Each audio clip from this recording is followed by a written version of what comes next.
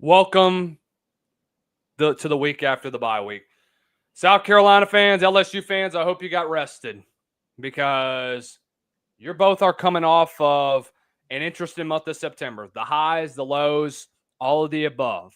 It's all going to be settled as South Carolina and LSU is set to play this weekend in the first game for both of them in the month of October. And the SEC race is heating up once again. Ladies and gentlemen, this is the 25th edition of South Carolina Live. Holy cow, can you believe it? I mean, it's crazy how it wasn't, but during the summer, we just started this and we're already this many into it. What a ride it's been. Lewis Johnson over at LSU Live, the voice of college football, joins us to preview LSU and South Carolina. Lou, pleasure to have you back on, my man. How are you today? I'm great, man. What up, Lucas? Doing great. Like I said before we started this show, ready to see how this thing is going to look, and if LSU can get the ball back rolling after a bye week. What we do know is they can't look any worse offensively than what they looked like last week against Ole Miss, but we'll get into that later. Glad to be here, man. Thanks. Yes, sir. Absolutely. Absolutely. Look, I know that both of us and both of our respective teams look, I think that the tough questions have to get asked for both Beamer and both for Brian Kelly as well. I think the media has to be hard whenever it comes to number one, which I think is going to be the primary concern, and it's going to kick off our first topic, the health of Garrett Nussmeier. And I think that's something that's been on LSU fans and media members alike for the last week and a half. And Lou, whenever I first saw Garrett on Saturday, and especially in the second half, I thought it was his AC joint in his shoulder that was hurting him. I didn't realize that it was another oblique injury because whenever you saw him throw the football, and I broke this, and I watched the film on this past week, whenever he threw, do you remember that throw that you had to, I think it might have been Chris Hilton, that should have been a surefire touchdown, and it comes out like a lame duck? Yeah. Did you see his throwing motion? Not so much the motion, but the kind of wincing, the reaction after the throw. And look, I'll even take it a step further. So that game, that's his worst. That's as bad as he's looked. But he hadn't looked the same all year. But that was like a low point. And I think the frustrating part for fans and locals and media is you can't get any straight answers. You know, you go from approaching the season, he's got tendonitis in his knee. Then he has what they framed as a torso injury. That turned into an ab deal. A few weeks ago, you're leading up into a game against Southeastern. But they insisted on playing him, saying that, oh, well, it's not an injury where extra rest is going to help. And you play him anyway against Southeastern of all people, and you know you got a guy hurt. Then after Ole Miss, it's like, well, the bye week should help him. He'll get some rest, but you didn't throw any at practice all week this past week. So does he need rest or does he not? So that's the frustrating part. You can't really get real answers if you're watching it like you and I. He doesn't look the same, but all we can do is kind of take the coach's word. At the end of the day, it doesn't really matter if he's hurt or not. It matters if he produces. You know, Lou, I was at that Southeastern game covering that. You know, I'm a Southeastern student. I'm a Louisiana native, for those of you that may not be aware. But, I mean, it did surprise me, you know, and I talked with many media members out there, and they were shocked themselves that Brian Kelly and Joe Sloan decided, hey, we're going to put Nuss out there, even though he's not healthy. And correct me if I'm wrong, did he play at all in the second half, or was it all the Mike Van Buren? Yeah, he did not play in the second half. I didn't think so. I figured he didn't, but, you know, I watched a lot of post-game shows after that, and people were saying, hey, Mike Van Buren might be your starter in a couple weeks if this injury still continues to hinder LSU. And look, 2 weeks ago was a pretty decent example, but I don't think that we're to that point. It's a talking point, but I don't think – but these next couple of weeks, Lou, it's going to decide whether or not Garrett Nussmeier is going to be your starter the rest of the year or not. Because let's just be honest, he's not healthy, and he's not playing good football right now. He looks very nervous whenever he's in the pocket. In fact, Lou, I pointed this out on Twitter a couple days ago, and I looked at his first two throws, the first one to Bauer and the first deep throw to Xavier Thomas that was underthrown. You see where his throwing motion is, and he's still wincing once he gets finished with that rotation. That immediately concerned me because what LSU is saying and what Brian Kelly said in his press conference, I've heard the same coach talk for the last 10 years, Lou. I've played football for most of my life. It's BS. I know what goes on in that locker room, and I know what the extent of his injury is. It's either an AC joint sprain or it's an oblique tear that many media members have already called out and have noticed. Yeah, and, as I said earlier, we know it's more to it than what we're hearing from Coach. But bottom line is whether he's healthy or not, if he's not producing, then you got to figure out a better route. You got to find an alternative to what you're putting out there right now. I will stress this too. Again, that Ole Miss game, that was as bad as he's looked. So can it get much worse? I don't think so. And to be honest, you bring up Van Buren. I don't think Van Buren is going to start unless he just plain can't walk. Like he can't drag himself out onto the field. I don't think this staff is ready to bench him. Be that right or wrong or smart or dumb, I think that Nussmeier is going to play as long as he can drag himself out there. But I think obviously the staff has a responsibility to go ahead into the next guy. Like at no other position on the field are you going to see a performance like what you saw against Ole Miss and the guy stays on the field. Yeah. So we're talking about the most important position on the field. Now, it's not to say that it can't get better. It's still early. It's a lot of football to play. And you look around the college football world, there's just the same way that LSU can lose to everybody they have left. They could also beat everybody. I mean, it's a crazy state that the sport is in. It's wide open. And if you can get decent play, more importantly, if you can get a run compliment, then you can still be competitive against anybody. Why do you think Joe Sloan has yet to go to the run, or Brian Kelly, whoever's calling the plays at this point? I think Joe Sloan just loves being creative in the passing game. I think if the run game struggles right now, he doesn't have the patience. And we saw this in 2024 also. He doesn't have the patience to stay with it. He's going to try to find a different way to kind of call a pass and play that would function as a run. Like instead of sticking with the run and letting the O-line get into a rhythm, we'll just throw some wide receiver screens, which in essence are long handoffs, and that'll be our version of the run. Now, we could get to a point like we saw last year where BK had the playbook in his hand against Florida, and he just forces the issue and said, look, we're going to run the ball. I think Kelly has probably stressed his point enough to where he won't have to take over the playbook, because if you heard him the past couple of weeks, he's getting less and less subtle. Like, I'm going to be honest. He threw Sloan under the bus. He said he didn't like the play calling. It says there has to be more of a balance. And he's right. I don't know that you say that in the press conference, but he is right. But I think he's getting the message over to Sloan. Now, let's see if it's gonna hang around, like if it's gonna stay, if he's really gonna sink in, if we see a difference in the play calling. You know, people have been calling for Sloan's head, and to be honest with you, I don't blame them. This is anemic play calling. Do I think everything was all on Nuss 2 weeks ago? No.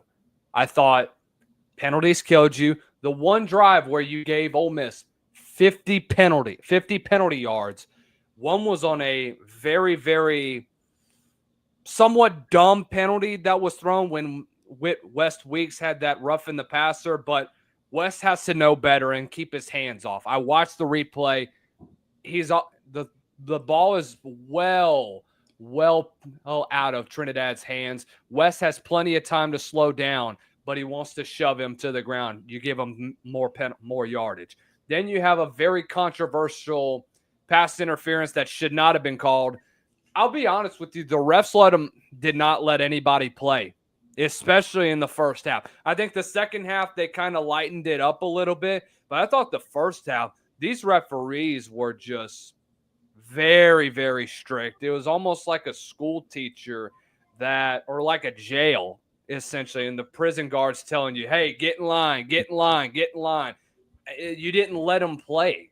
That's what I think the problem was. And I thought the defense got, but at the end of the day, defense gets you a stop and they get you a 3 and out and you can't do much on offense. That's going to hurt you at the end of the day. But ultimately, a great quote that I heard from, you're familiar with Last Chance U? Yeah. JB once said, or no, it was either Malik Henry or one of the quarterbacks that was in there said, when a team wins, all the praise goes to the quarterback. When a team loses, all the questions and all the criticism goes to the quarterback. That's absolutely true. Look, since the beginning of football, the quarterback gets all the praise when things go right. They get all the blame when things go wrong. And this isn't a matter or an issue of Garrett Nussmeier alone. It isn't just the play calling. It's not just the OC. It's not just the offensive line. It's a combination of a lot of things. Now, I think the root of it might kind of go back to OC, but I'm not going to pick on Sloan. He's still calling some plays that would have worked if it would have been executed properly. But I think the reason I'm going to put it on play calling is if you put more of an emphasis and really commit to running the ball, and some of the mistakes that these offensive linemen are making, I don't think they would make because you'd have more reps. You wouldn't press as hard when you get that opportunity to run block and make some of the plays these guys are capable of making. Look, I understand. I've been following recruiting a long time, so I know rankings aren't everything. Just because you got 4 stars and 5 stars, it doesn't mean that they're necessarily great ball players. But you're also not going to miss on every single one of them. Like all of these highly ranked guys that LSU is bringing in on this offensive line, you can't convince me that none of them can play. And you're seeing the Vanderbilts of the world, the Missouris of the world have strong running games. So is it coaching? What is it? I think it's a commitment. And I think it's going to take a lot. You're going to need Nussmeier to be healthier. You're going to have more of a commitment to the run, and you get Caden Durham back this week, which is big. And this O-line is going to have to play closer to its potential. Is it going to be a group of road graders that's going to just you can line up and go 3 yards in a cloud of dust all the way down the field? No, but you can get to a point to where you can force defenses to play you honest and get more opportunities to take shots down the field. Is Josh Thompson 56? I think he is 56. Right guard, not sure of his number. I think it is 56. Why is he still on the field? We're getting beat on reaches, and we're getting beaten pass pro consistently. I noticed that in Florida. I noticed that in Southeastern, and I noticed that 2 weeks ago. Why have we not made a change yet? If we have, because y'all haven't gotten the depth chart yet, I'm assuming yet. We haven't gotten an official depth chart, but we did hear from Kelly today that said that Weston Davis at right tackle will be back. And on that note, I think is Curium going to guard? Who's that?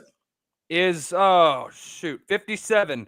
He started at tackle. Is he going to guard? If anybody would play more guard, it might be Kern, who went in at right tackle. Yeah.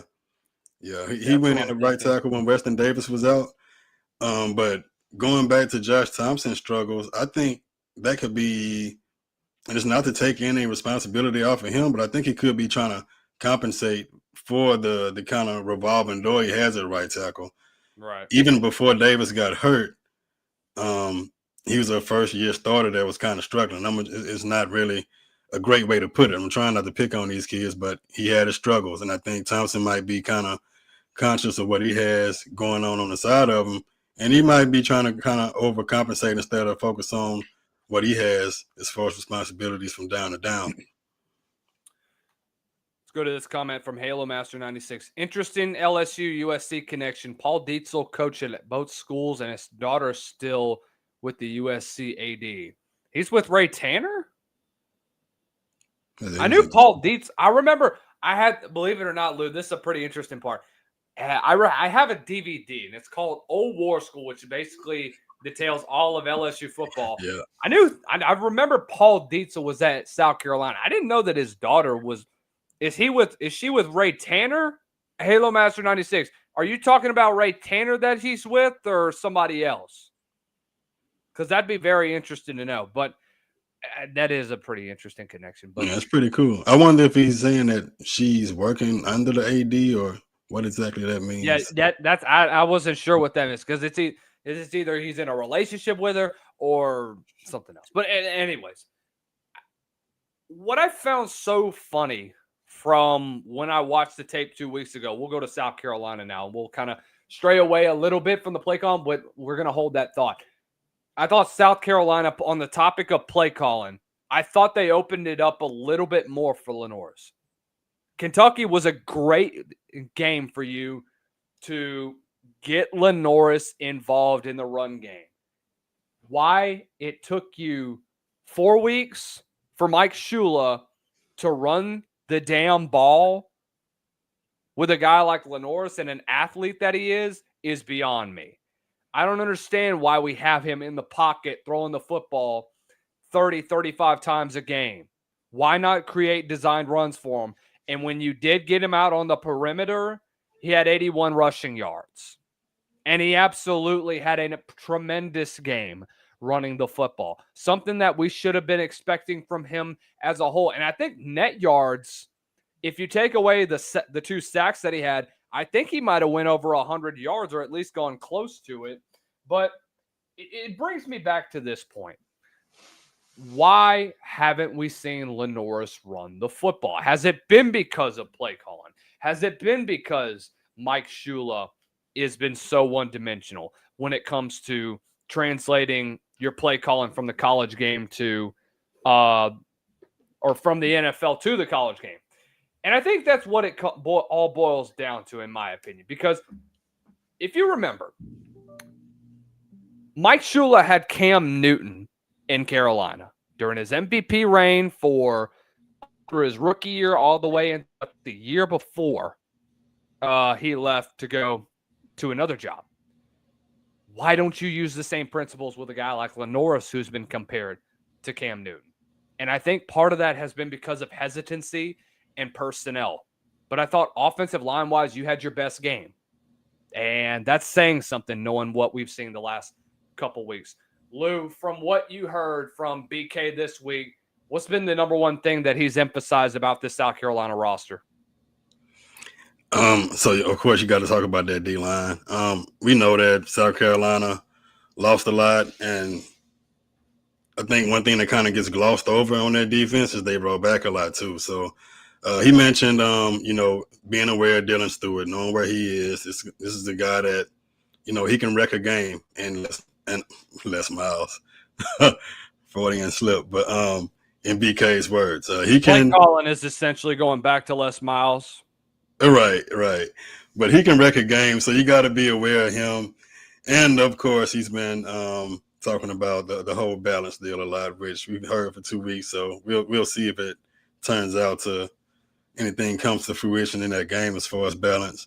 I'm glad you brought that up about Sellers, though, because it kind of reminds me of the situation with Perkins.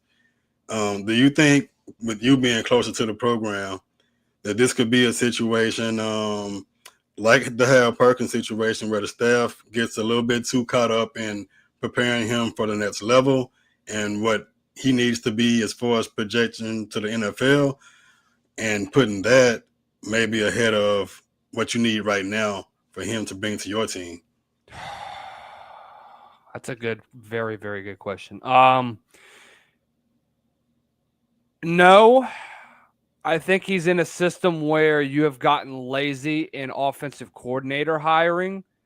That's what I think when it comes down all to. I don't think they want to prepare the kid for the next level. But here's the thing. You're not going to see the same play calling that Shula is putting out there at the next level. Sure that you had a Cam Newton type athlete, but the offenses have changed so much from 10 years ago. Offenses are so much more wide open. Offenses utilize the back. Offenses put all 1, 2, 3, 4, 5 skill guys that are out there, maybe 6 or 7, including a tight end, and they turn them all to athletes. That's essentially what it's boiled down to when it is all said and done. And I have emphasized this a lot when I studied the film. Why don't you get your weapons involved in the game? And I think that's been one of the biggest things that I have noticed when it comes to this Mike Shula play calling is that you've gotten so watered down. There's no real pre-snap motion. There's nothing that's really entertaining about the offense, which I'm not expecting it to be, but you would like to have some sort of motion, some sort of something so that you can put a defense, put them back on their heels. Barely any adjustments are made or any motion or any, because usually when we get a play call, Lou, this is what we say. Whenever we get a guy in motion, we'll go Trey left, or Trey right, Ringo. We'll locate where the back is. We'll locate where our motion man is, and we'll adjust to that. You don't see that a lot with the South Carolina offense. Lucas, I think we're kind of preaching the same sermon that we are in Baton Rouge. You want some kind of imagination. You want something to make that defense hesitate, make them think, make them take another hour to prepare. As far as just lining up, no deception, no motion, no anything. Look, you're going against some of the highest paid and the best coordinators in the country in the SEC. I don't think that's any shock to anybody. We're all aware of that. So you can't be vanilla and think you're going to come out and out-athlete everybody. Same thing you're complaining about. We're complaining about over here. That's where it comes down to, and that goes back to my point of lazy hiring. Guys, if you're in the chat right now, whether you're a South Carolina fan or whether you're an LSU fan, how frustrated are you on a scale of 1 to 10 when it comes to offensive play calling, when it comes to your respective offensive coordinator, whether it be Joe Sloan or whether it be Mike Shula? In fact, just over the last 5 years, aside from what you had for a year last year, with not Sean Elliott, God dog it, who was it? But regardless of it, how frustrated have you been? And whenever you explain your answer, we can basically tell you right now that we feel the same way because we see it on Saturdays whenever they step on the field. Because at this point, I talked to a guy the other day. Every day whenever he watches South Carolina, he's always counting like, man, can we just get past 3 touchdowns that we score on offense? Because on non-defensive touchdowns, Lou, South Carolina has 6 of them. You have 3 punt returns and 3 defensive touchdowns. I think you have like 9 or 10 on the offensive side of the ball. I think that's 15th out of 16th in SEC play. That's rough. Let me give you a stat. You held Lane Kiffin and Ole Miss to 7 points in the second half. A Lane Kiffin offense, who I'll put up there with anybody as far as offensive minds. And you held them to 7 points in the second half, and you still couldn't beat them. You held Ole Miss to 24 points, and you still couldn't beat them. Got doubled up in plays in the first half. So going back to that whole OC conversation, I think the frustrating part for LSU fans is, and look, you don't want to put, I cover LSU. I understand it's not the golden standard of college football, but it is on the level where LSU can get a good offensive coordinator. I mean, it's a great opportunity. It's a great job. You got a lot of big names who would be all over it, and you decided to promote from within. That's okay, but you got to be ready to live with what comes with that, like a Dabo. He promoted from within at OC last year, and that didn't end great. Now, we're in the second year for Joe Sloan, and I think Joe Sloan really honestly is a good mind, but I think you kind of got to slow down and form an identity. One thing about LSU, since Nussmeier came in, you had this wide open passing attack identity. This year, that passing attack isn't there. You were already imbalanced last year, so now you don't have anything to hang your hat on. You can't pass. Well, at least as of now, you can't pass. I'm not going to say moving forward. And you haven't even tried to run. So that's what's frustrating for LSU fans. I don't want to say it like, oh, there's no hope, let's just give up. It's still early in the season. We're 4 games in, 5 games for some teams, and a lot could change. But as far as where LSU stands right now, that is your frustration. You had a chance to get pretty much whoever you wanted. You promoted from within. It's not working out great. And now you're not getting any answers as far as what's really wrong with your quarterback. And it's pretty obvious that you're not going to look to the bench. So a lot of things have to change, but it's not to say that they couldn't. Say the same thing about South Carolina. I mean, especially knowing that everybody's raving that this is Cocktober. This is the month that South Carolina turns it on. We saw what happened with it in 22. You saw what happened last year. Can you do it this year with a roster that people have said, oh, the defense is going to take a step back? And in reality, they haven't realistically. I think the only thing that you have taken a step back is offense. That's the only thing that I'm going to say. We're going to take a quick break, guys. We will be right back in less than a minute. But before we do, guys, recently, I know that people have been looking around YouTube, and most of you have been asking me, Lucas, where the heck is the Collins Show replay from last week? YouTube has decided that because we put all 22 film out there, not TV footage, all 22 film out there that we have the right to use on YouTube. They decided that we're going to take that it violates our rights and it violates our YouTube policy. Well, guess what? Hush, YouTube. I mean, good Lord. That's aggravating. But we are on X, so y'all do us a favor. Your support is needed now. We're on the road to over 1,000 subscribers. We're going to try to hit that before the end of the year. So I need you guys to do me a favor. If you consider subscribing, we're right here, 597 subscribers. And if you want, come be a member of the channel. We have our 2001 club. We have our Beamer Ballers. We have our Fun and Gunners. Get access to all different memberships, guys. Get you all the best when it comes to South Carolina football. You'll get the best and nothing but the best from myself and many others that are here at South Carolina Live and all across the Voice of College football channels. Let's take a break. We'll be back in a minute. College football is even more exciting when you've got some action on the line, and the games are even better when you're cashing in. And the Voice of College football is the place to be to get the greatest value. Start with my picks. 75% against the money line, 58% against the spread, and I've got a 40-plus year track record. 11-0 in the college football playoff for me last year against the money line, 8-3 against the spread. And I'm just the warm-up act.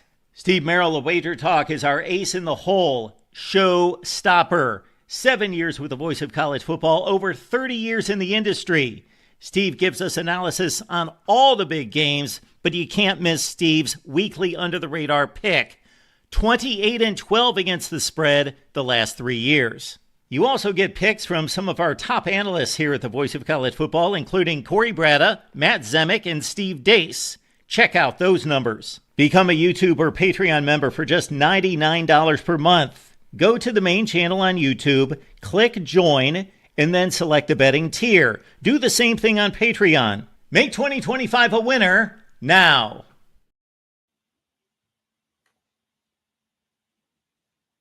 As you all know, we are brought to you and very grateful to work with our good friends over at Underdog Fantasy. So go on over to underdogfantasy.com or download the Underdog Fantasy app on your Apple or Android device and use that promo code VOCFBSC. And when you play your first $5 lineup, you will get $50 instantly in free bets.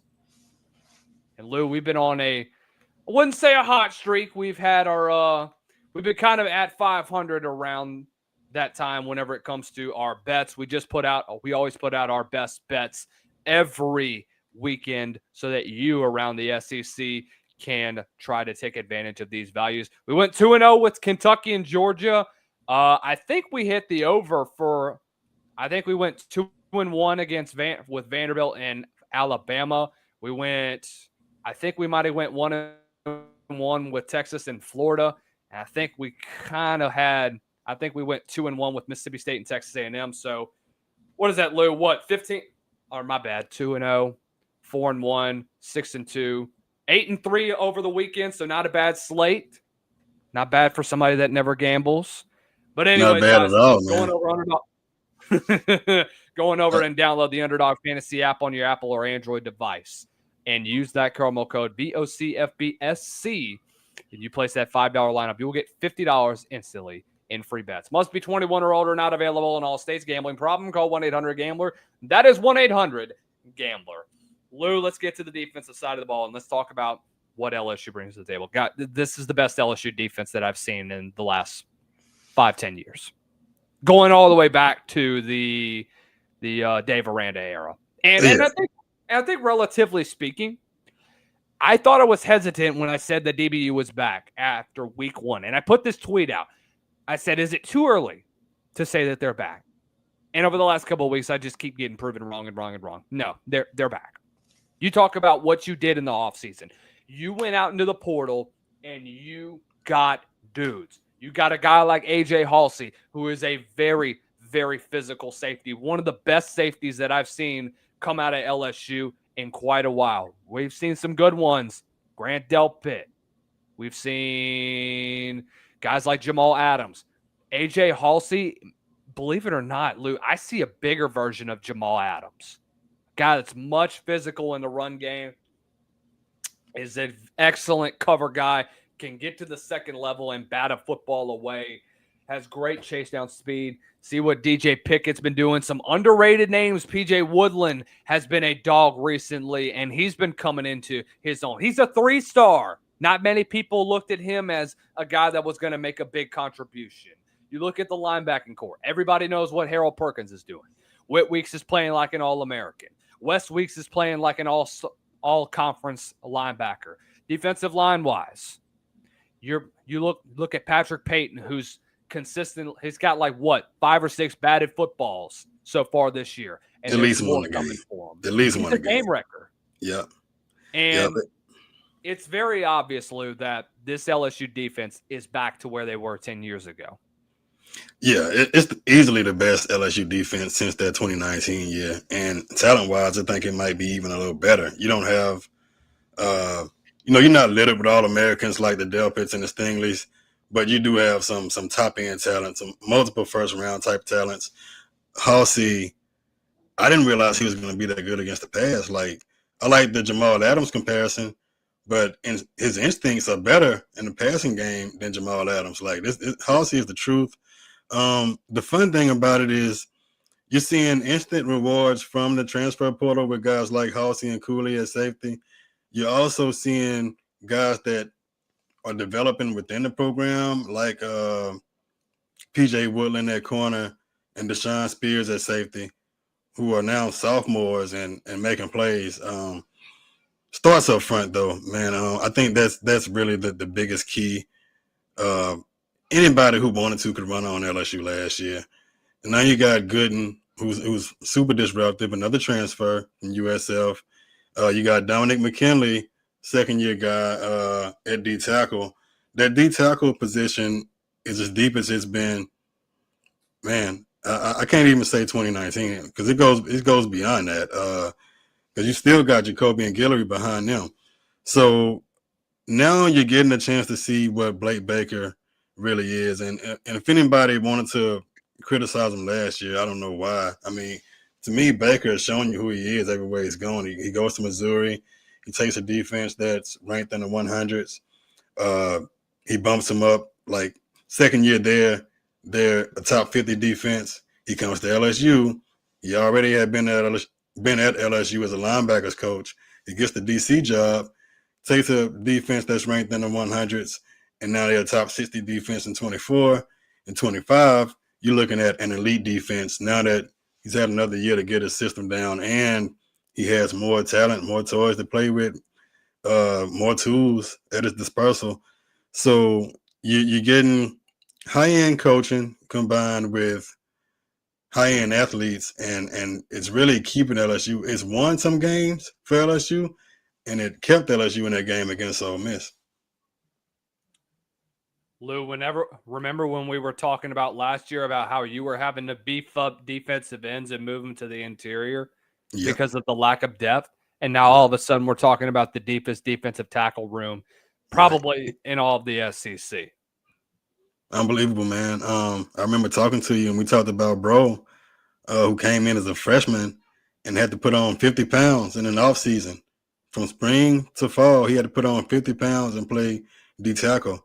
Now you got a guy like this, instead of being forced to start as an undersized true freshman, he's a depth piece. And that just makes all the difference in the world. I mean, you got depth like that, you can rotate like that. These guys aren't dropping off when one goes out. That changes the defense. Obviously, it changes the team. Yeah, I mean, I remember Ahmad Bro coming out of where did he come out of? Ruston. Yeah, he came out of Ruston. He was probably 225, 230 being recruited as a D tackle, and then all of a sudden, God, dog, he jumped up 35 pounds because you don't have depth at the defensive tackle position. But I think it's a good and a bad problem to have because you beef up guys that you can recruit because they're going to be fast on the interior and they're going to be able to dominate in there because they have that experience. They have the speed of an edge rusher and they have the hands and the footwork like an interior defensive tackle.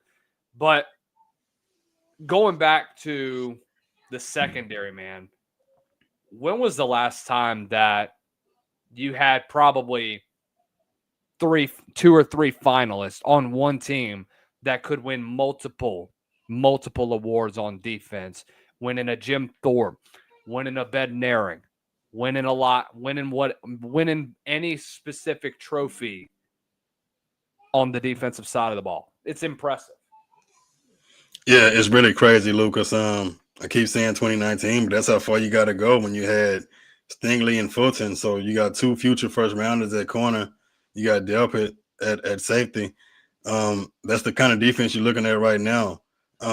It kind of sucks for some guys who kind of falling down the depth chart, like an Ashton Stamps, who got forced into a starting role as a freshman, worked his way up, and now you're so deep at corner he can barely get on the field. As you got Pickett, who's getting better every game. We talked about Woodland. Mansfield Lane is shut down. Look, yeah, we heard it all spring, we heard it all summer, we heard it all fall camp, and he has more than lived up to the billing. Like Mansfield Lane shut down. He's a first round pick. He's a first round pick. Nobody's even throwing at him at this point. We're not even halfway through the season, and nobody's even throwing at him. Yeah, it's crazy, man. Let's talk about our keys to victory for this Saturday.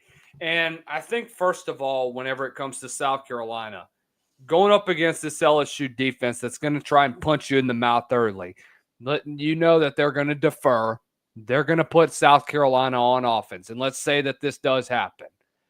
South Carolina's got to come on in and they got to run Lenore Sellers like hell on ice. You have got to run the piss out of this kid. And you've got to go in first play knowing that LSU is probably going to put at least 6 or 7 in the box, and they're going to have Perkins as a spy.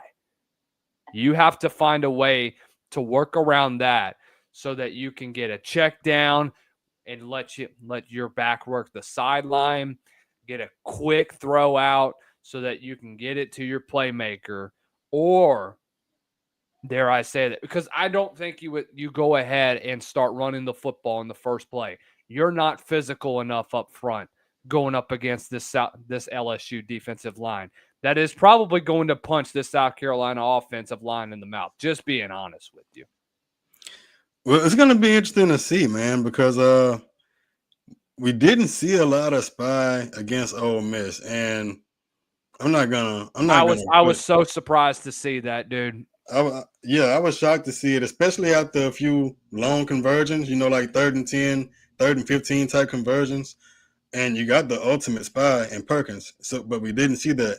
Now, I would expect to see more of that this weekend. But if you don't see it, then LSU is going to definitely have to be disciplined in how they rush Sellers. I don't think you want to sit back and leave it up to your front four.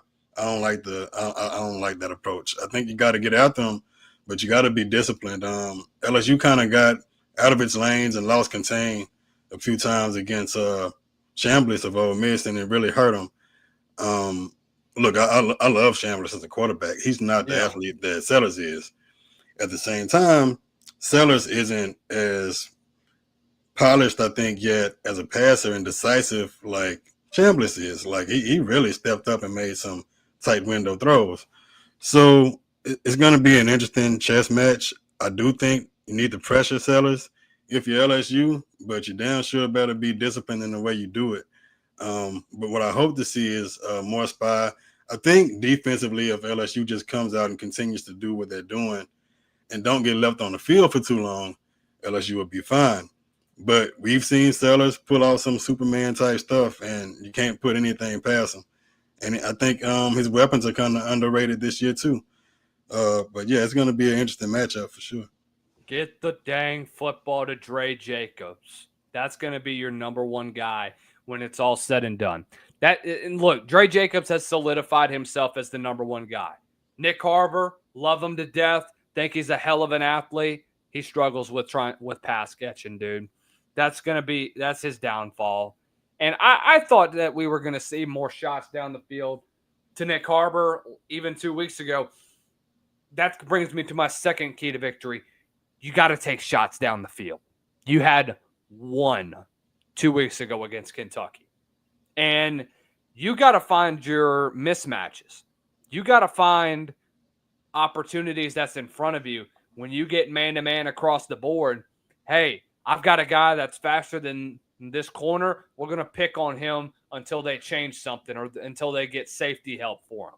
That's what I want to see from Lenoris whenever he throws the football. That's what I want to see from Mike Shula, too, when he calls these plays. I want him to recognize this on film the way that I see it on film and say, hey, this is an opportunity that we can really take advantage of, and we can get some quick points off of it as well. Obviously going to be hard with you going into Death Valley at night, which we know is very intimidating to play.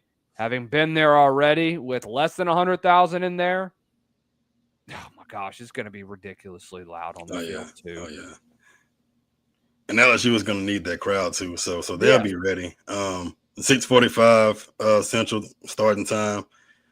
So yeah, that crowd is going to be ready. The environment is going to be electric. Like I said, it's going to be fun to watch. But look, man, I also think offensively, so you talked about taking shots, and I don't want to kind of rush through, I guess, each phase of your show, but LSU's going to have to run the ball. One of my keys is, look, you need 27 rushes. You need, I think 27 is at least 27 rushes, and I don't care how you get them.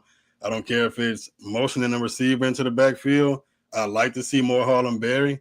I mean, all he's done is produce. I don't know why he can't get more touches. We're at the point now where you got to throw that whole freshman deal out. Look, we got to put guys in who are going to produce. You get Caden Durham back. However you can get to that number, that's more than LSU has rushed all year. And that shows enough balance to keep the defense honest, not put everything on Nussmeier. And going back to Sellers and what you were saying about him, I think LSU matches up pretty well against most teams on the perimeter. But what you worry about as an LSU fan is Sellers extending plays. Yeah. And I don't care how good you are as a cover guy, you can only stay with that guy for so long. You can only stay with your man for so long. So, again, I want to emphasize getting pressure on Sellers and don't let him dance around in the backfield, extend the play, break contain, and throw that ball 60 yards in the air because he can do it and he can hurt you. Containing Sellers is going to be huge. Tackling has to be better on both teams as well. Yeah, absolutely. And I think part of the tackling issues you saw from LSU was guys were just getting gassed, man. Like I said, Ole Miss doubled them up in plays in that first half. And the more you're on the field, the more tired you get, the more tackles you are going to miss. But if you can get a little help, you don't have to be the Washington Commanders. If you can just give them a little bit of help on offense and get that defense off, give that defense a compliment the same way you need the run game to give the offense a compliment, LSU should be fine. Now, of course, a lot of this is going to depend on the health of Nussmeier, but that's something that you can't really predict because it seems like it took a turn for the worse unexpectedly against Ole Miss. So maybe there was a mental deal. Maybe he wasn't feeling any worse. Maybe that was the toughest environment he's played in this year. I don't know. Either way, you kind of got the whole Nussmeier factor is unpredictable. I ain't gonna lie. Yeah, I mean, if he comes out the first half and he has a stat line that kind of resembles what he had in the first half of Ole Miss, LSU has to change their game plan going into that second half. Number one, because you don't want him continuing to handle that oblique injury, or I would suggest you go with a different package, or maybe you give Van Buren a chance for maybe just one drive, get you an opportunity, get a guy that can be mobile with the football, have him pitch it out, have him go on option looks, give him an opportunity to get into the ball game. Mississippi State's doing it with Kamario Taylor. What Jeff F. Lebby's doing. Kamario Taylor right now, backup quarterback, 4-star guy. I think he was the number 9 quarterback in the class at 25 this past season. You're getting him out in the football game, and you're getting him out at receiver. You're putting him in the backfield. You're giving defenses different looks. And I think that you could look at that and say to yourself, hey, maybe we can do this with a guy like Mike. And look, I like what you said. This is a key word. Give him a drive. There's been talk about packages and short yardage packages and different look, he's not that kind of quarterback. Right. For those of you who are old enough and are watching, he's not a Ryan Perrilloux. He's not a guy like he's athletic. He's not exactly what I would call dynamic. So I don't like the idea of him coming in and some sort of run package. Look, if you're going to do something like that, use Juwan Johnson, a true running threat. This is a guy who can buy some time, who's not a sitting duck in the pocket. So if you're going to give Van Buren some time, give him a natural drive to play quarterback and not like a wildcat type of situation, which is not what I think he's best suited for. If you want to go wildcat, give me Juwan Johnson, who's a little bit, he's a better athlete, to be honest. And if you're going to let a quarterback in the game, let him play quarterback. Right. And that's even if you get to that point. You know, you could get the Clemson version of Nussmeier, who can just look downfield. If it's not there, I hit the check down, but if you're accurate with it, you're getting the ball out on time, you're getting the ball out to where people can keep running. That's the biggest thing. Make good decisions and be accurate. And there's no reason that can't happen. If the game comes Saturday and it turns out that it can't, well, you would hope that staff would look elsewhere. But as I said, I don't expect it. So I think LSU is just going to have to ride it out with Nuss. Yeah, I mean, especially with what you have right now in your backfield and what you have right now in your quarterback room. Everybody can look at Van Buren, and like I've already mentioned, give him a drive. Don't give him a complete game. Do what you did, what Ole Miss did with Jackson Dart. When he went down, you put in Austin Simmons, you gave him a drive, and it got you back in the ball game. Then when Jackson Dart came back in, offense was rejuvenated. They get back into the football game, and they dominate Georgia. Maybe this is one of those games where you kind of take a chance at that. Let's go to the recruiting side, because I do want to kind of mention this a little bit as well. Knox Kiffin, son of Coach Lane Kiffin, is going to be headed out to LSU for week 7. Now, Lou, I'm pretty skeptical about this because, in my opinion, this is the biggest troll job that I've seen Lane Kiffin do, apart from his tweets that he and Juice cook up. You took the words out of my mouth. Look, Lane's the biggest troll in the world. But I will say this. Look, if Knox is truly that type of prospect, and he's a 28 kid, so I haven't seen a lot of him yet. We don't know what kind of potential he's going to have as a recruit. But if he is that type of prospect, I would think that he'd probably take a lot of visits. Now, do I think Lane is going to find some way to make a joke out of it? Yeah. Do I also think that Lane might want that LSU job down the road, and 2028 ain't that far away? Let's fast forward to 2026 for LSU, and if you don't see the Tigers in the playoffs, that's going to be 5 years of BK with no playoffs. How's that going to roll? So, look, I don't want to move too far into the future, but you could see a scenario down the road that ain't that far-fetched of two Kiffins being in Baton Rouge. But in all likelihood, as you said, it's probably just a big troll job. Either way, it's funny, and I'm sure Lane is going to have something on Twitter to say pretty soon about it, if he hasn't already, and I just missed it. Knox has taken the field in one game this year. 4 of 7, 109 yards, and ran 3 times for a touchdown. So that pretty much tells you what this kid is all about. But and I don't think that he's I don't even know if he's even ranked on most of these recruiting sites, in my opinion. He did get an offer from SMU, though. So I don't. He's 28, though. 28 kid. Yeah. I mean, they're not going to get much until next year. In fact, they're not going to get official scholarships. They're not. Well, I don't think they're even allowed to until after their football season in their junior year, I believe. I don't know if it's changed any at all, though. Yeah, so if you got an SMU offer as what would that be, a sophomore? That's pretty impressive. Now, did he get it off the strength of his potential or the name? Who knows? I'd have to see him. Now I'm more interested to see him. Right. I got to try to look him up. Do you have any other guys that could be heading out to LSU for this weekend? Albert Simeon said that he might be heading on out there, but I'm not really sure. I don't know about Ahmad Hudson either, because I've heard rumors that they might be heading out to LSU game this weekend. I'm gonna be honest. I haven't looked super closely at the visitor list for this weekend. I know it's gonna be a big game.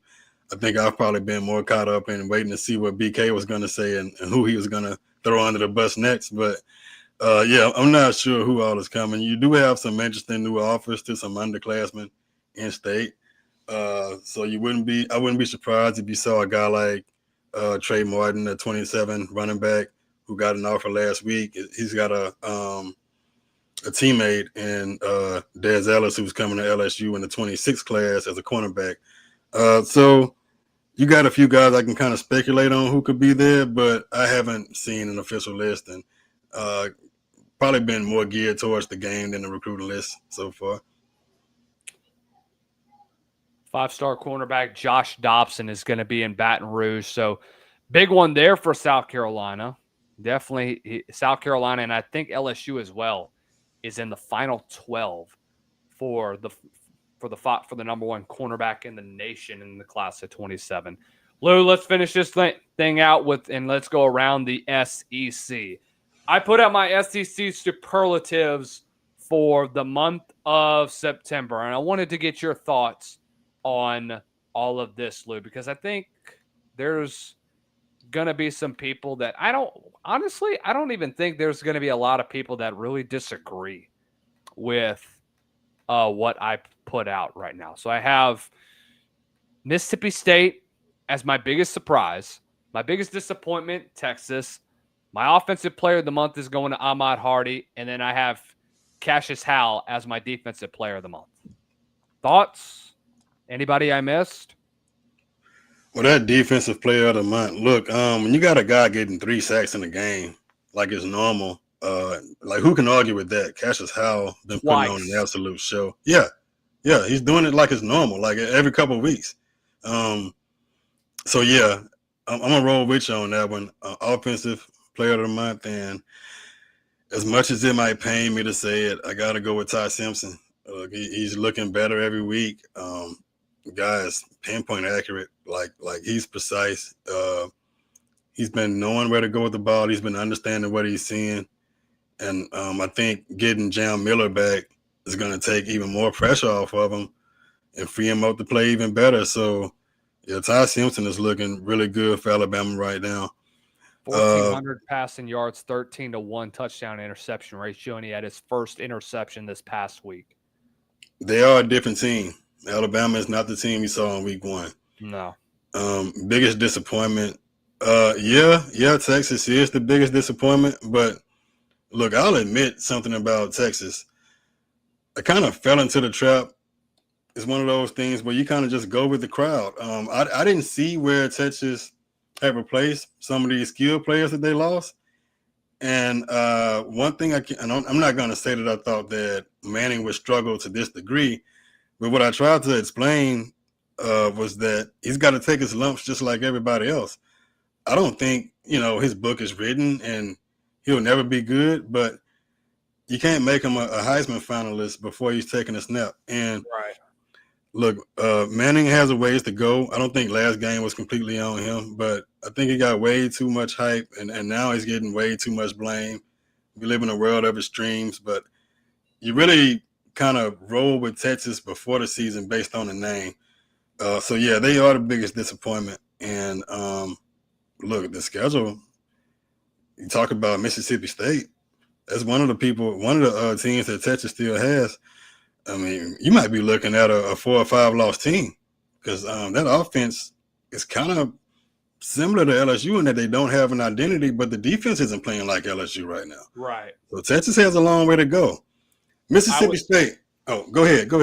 I was stuck between either Mississippi State or Texas A&M being my biggest surprise, but I went with Mississippi State just because people were expecting them. This is going to be another 2-10 or 3-9 season for Mississippi State. Knowing that you're going into the month of October, you're 4-2, and you, for about 3.5 quarters, you were very competitive with a Texas A&M offense that can light up a scoreboard, that dominated the Chris Ash defense. Now, granted, Chris Ash has been basically nuclear the last couple of years when it comes to defensive play calling and when it comes to defenses as a whole. But I think, in my opinion, what Mississippi State has done, making the big turnaround, knowing that many people were ready to get rid of Coleman Hutzler and seeing what the defense looked like in year one, knowing the 180 that they have made, just continues to impress me. And doing it without the resources of some of the big dogs. Mississippi State is not supposed to be competing the way they are. And the fun thing about State is, so you've seen them as this run and gun team the past few years. Mississippi State is running the ball. Yes. They are running the ball between the tackles. Look, what they're doing is no fluke. They have figured out their identity and they're playing to it. Love to see it. I could maybe put Vandy up there, but you saw the momentum that Vandy had after last year, so I wouldn't say it's a huge surprise what they're doing. So I would go with Mississippi State with that. And on that note about A&M is what they're doing doesn't surprise me. A&M should be good. They're just chronic underachievers. Yeah, like they recruit as good as anybody. I think Elko is a good coach. He might be the guy that can kind of help them break their reputation of being underachievers. I mean, who knows? He could be the Dabo of A&M for all we know right now. But look, they got talent on both sides of the ball. You've got a mobile quarterback who can also push the ball down the field. That vertical passing threat that A&M has is as good as anybody. They've upgraded on the perimeter with receivers. That's a team that I'm glad LSU is getting at home. I'll say that much about A&M. They're solid. Not a lot of holes.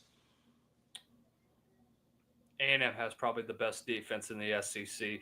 It's between them and either – I would say Texas A&M right now is a top 10 defense overall in the country. I would even make the argument that they could potentially be a top 5 at defense in the country. To your point about Ty Simpson, right now he is second in the Heisman Trophy odds. Carson Beck, Dante Moore lead atop the Heisman Trophy conversation. It's amazing to me how, on the topic of Carson Beck, since this is kind of SEC related, it's amazing how a change of scenery really turns a player. He goes from a very basic offense with Mike Bobo, and now he goes with Shannon Dawson, and he looks like arguably one of the best quarterbacks in college football. I don't think he's not going to be a top 25 pick next year in the draft. There's no way in anyone's mind. Now, if he would have entered last year, and if he had been if he had been performing like this at this time last year, riding off of what he did at the end of 23, you would say yes, he'd be a first-round draft pick. Now, I didn't know. No. I don't know. I don't know, Lucas, because Come look at on, all the Lou. guys who Come look at on, the guys who are Lou. You supposed know better. look at the guys who were supposed to be up there. The Nussmeyers, the Cade Klubniks, even the Sellers, the lag. Look, nobody's playing. None of these guys are playing as well as Beck. Beck is a guy who had the size and the tools, and he's stuck in a bad offense. It just didn't fit him, and it goes to show what a different staff can do. We look at Jaden Daniels at Arizona State. Nobody ever thought he would be a Heisman. You knew he was good, but you didn't think he was going to run off a season like he did in 23. And now you're seeing a similar situation with Beck. And look, I'm happy for him. He's got weapons all around him. LSU gave him a receiver and CJ Daniels. You're welcome. So look, Miami's looking damn good right now, man. How are y'all feeling with CJ Daniels making plays? Because I don't know if you saw Blake Ruffino tweeting throughout the Miami game. He just kept getting more and more pissed off seeing what Miami was doing with somebody like him. And obviously what LSU kind of missed out with what he had to offer. Again, different staffs. So I'm glad to see him thriving. Love to see the shout out to Kyron Lacey on his eye black last weekend. I'm going to be honest, from what I saw from him, I didn't think he would be as explosive as he looks with Miami. Like, I could see him taking a slant for a first down, possession type of guy. Well, he's taking these slants and he's taking them to the house now. So yes. Good for him. He's in a system that's better suited for his strengths. So maybe we'll see LSU at some point get the most out of their athletes, out of their Aaron Andersons and Tre'Davious Greens and guys like that, the really difference makers. Nothing against CJ Daniels, but there's a reason he left LSU, and it wasn't because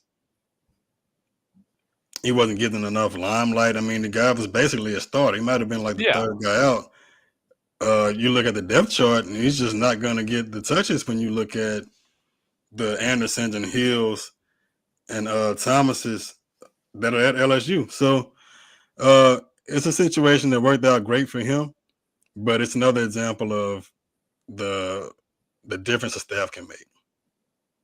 These are my preseason quarterback rankings all the way back in July. Nuss, Lenoris, DJ Lagway, John Mateer, Arch Manning. John Mateer right now is 1. Obviously, that's going to be subject to change because of the injury. But right now, if a healthy John Mateer is number 1, I would have Ty Simpson at 2. I put Marcel Reed 3. Pavia at 4. I put Joey Aguilar at 5. I put Blake Shapen at 6. Then I put Trinidad. Well, actually, I'd switch Joey Aguilar. I put Trinidad Chambliss at 5 and then following that as well. But I'll probably – I needed to go do my re-rankings for my quarterbacks, man. I mean, that turned out to be down the toilet. Because I had Ty Simpson at one point, Lou, because I didn't know who was going to be the starter between him and Keelan Russell, and this is all the way back in February. Right. I had him at 16. Well, yeah, man. Considering when you did that, I'd say the rankings came out pretty good. You got Mateer in the top 4. Again, you got to get credit for that. And some of these guys you just didn't know, man. Like, nobody thought Nuss and Lagway and Sellers would start the seasons the way they did. And it's going to be fun to watch who's able to climb back out of that hole. It looks like Sellers is trending in the right direction. But yeah, what we've seen from that position this year has been completely unpredictable. Nobody would have seen that coming. So look, shout out to you for having Mateer in the top 4 and Aguilar in the top 9, because most people wouldn't even know who Aguilar was at that point in the year if you're an SEC fan. Last little bit of news before we hop on out of here. South Carolina and Miami will be canceling their home-and-home football series because of expansion. Both the SEC and the ACC are moving to 9-game conference schedules in 2026. South Carolina will have a non-con game against Towson, I guess, and a road game at Clemson on its 26th slate, and is actively pursuing a third non-conference opponent. Miami's 3 would be Florida A&M, Central Michigan, and Notre Dame. that obviously has to play a big role because of expansion. But I would have liked for this series to continue going into next year, but expansion sucks, man. Expansion is a very, very hard thing to work with, and and financially you'd like to benefit because of it, but I think at the end of the day, I mean, I think this might have been the right thing to do, knowing where you are going to be at as a whole, as a college football is with expansion over the next couple of seasons. Yeah. Bottom line is, there's no way around it. There's no way around it. This is a deal that revolves around money. If you want the big TV contracts, then you got to give them more conference games. So the good thing is, even though you lose that series in Miami, at least you don't lose a quality game because you're gaining another conference game. Now, what I don't like about expansion is the effect you have on the smaller schools, like you talked about Towson and Florida A&M. Like, these schools depend on these games not only for football but for that whole athletic department. Like, so it's going to negatively affect those schools because you're going to see fewer and fewer of those games until I think we get to a point to where it's all P4 on P4 or whatever you have at that point. It might be Power 2 at that point. Who knows? But you're going to see the end of some proud programs who don't have the big names. But for a fan of LSU or South Carolina, you get another conference game, and who's going to complain about that? It's going to be fun when we get to 9 conference game when it is all said and done. Guys, that's going to wrap it up for us here on the South Carolina Live Hour here on the Voice of College Football Network. Always a pleasure to talk some ball with our good buddy Lewis Johnson. Go ahead and give him a follow on X at CFBLOU. Get him to a good bit of followers, man. He's one of the best when it comes to all things covering LSU football. Make sure that you get him. And by the way, go ahead and check out his work on Last Word on Sports. Go ahead and check out LSU Live at the Voice of College Football. I think you guys are on your way to how many subscribers? Y'all are on your way to 1,500? Yeah, I think we're in that 1,500 range. Let's get them up, man. Let's rack them up. Appreciate the free promo. Yes, sir. Absolutely. Y'all are on the way to 1,500 indeed. Always a pleasure. You had Booger on the other day. Always fun to see our guy Booger McFarland from ESPN come and talk some ball with the man. So check out that interview. Hell of an interview, Lou. I loved you getting to talk with him, man. But guys, do us a favor. Got a lot to break down the next couple weeks around South Carolina. We'll be on tomorrow. We'll be recording with 3-time Pro Bowler Chad Brown, former Seahawks and Pittsburgh Steelers legend. I'm going to talk some SEC ball around that point. Make sure that you all do us a favor. Hit the like, share, and subscribe button down below. Turn on the bell notification so that you are notified every time we go live here on South Carolina Live at the Voice of College Football. Follow me on Twitter at LucasHillSEC. Follow Lewis on Twitter at CFBLou. And until next time, ladies and gentlemen, as always, stay blessed. Don't stress. Y'all have a good weekend. We'll see you guys on Wednesday.